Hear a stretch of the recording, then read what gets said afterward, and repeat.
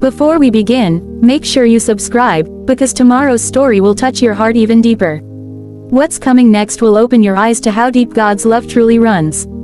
Stay with me to the very end of this story, because the night of the Last Supper wasn't just a meal, it was the moment heaven touched the earth. Imagine Jerusalem glowing under the quiet of evening. The air is heavy with the smell of bread baking, the sound of families preparing for Passover, laughter echoing in narrow streets. But somewhere above the noise, in an upper room dimly lit by oil lamps, a quiet tension fills the air. Jesus and his disciples walk through the narrow lanes toward that room. He walks in front, calm, but in his heart he feels the weight of the world. He knows that before the sun rises again, everything will change. The disciples talk softly behind him. They don't understand the sadness in his eyes.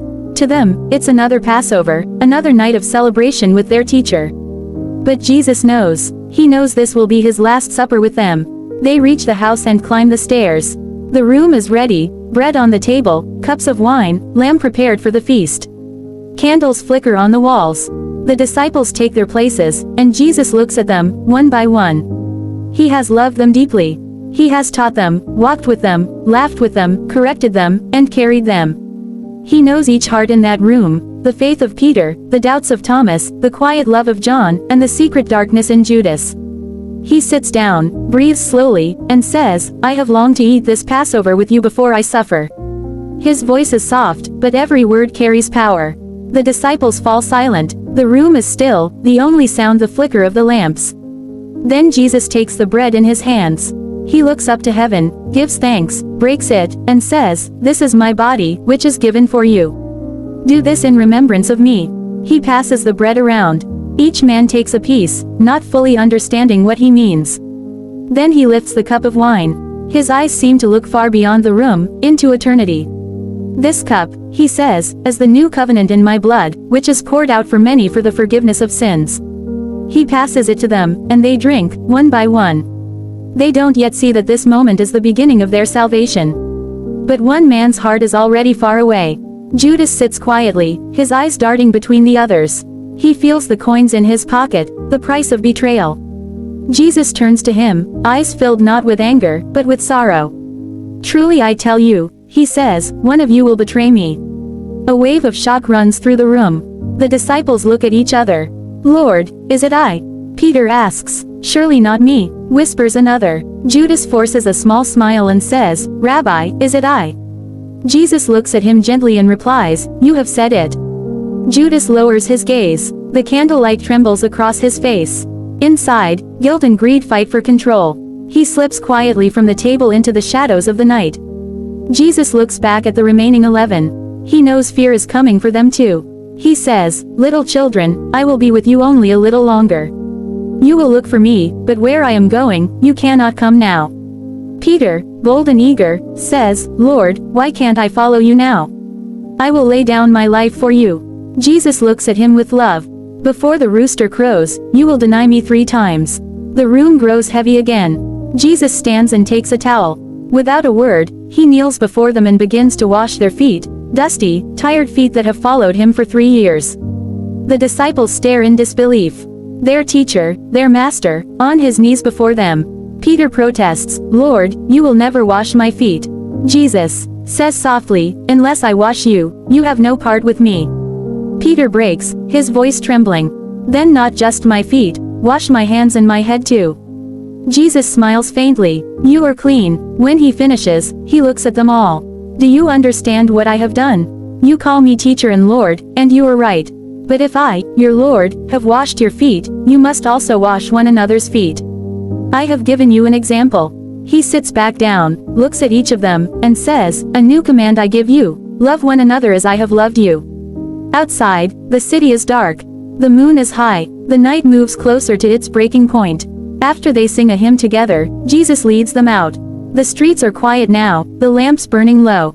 They walk toward the Mount of Olives, where the Garden of Gethsemane waits among the olive trees. The night air is cool, and the sound of crickets fills the silence. Jesus walks a little ahead of them. His steps are slow. He stops and turns to them. "Pray," he says, "that you will not fall into temptation." Then he goes a short distance away, falls to his knees, and begins to pray. His heart is breaking. Father, if it is possible, let this cup pass from me.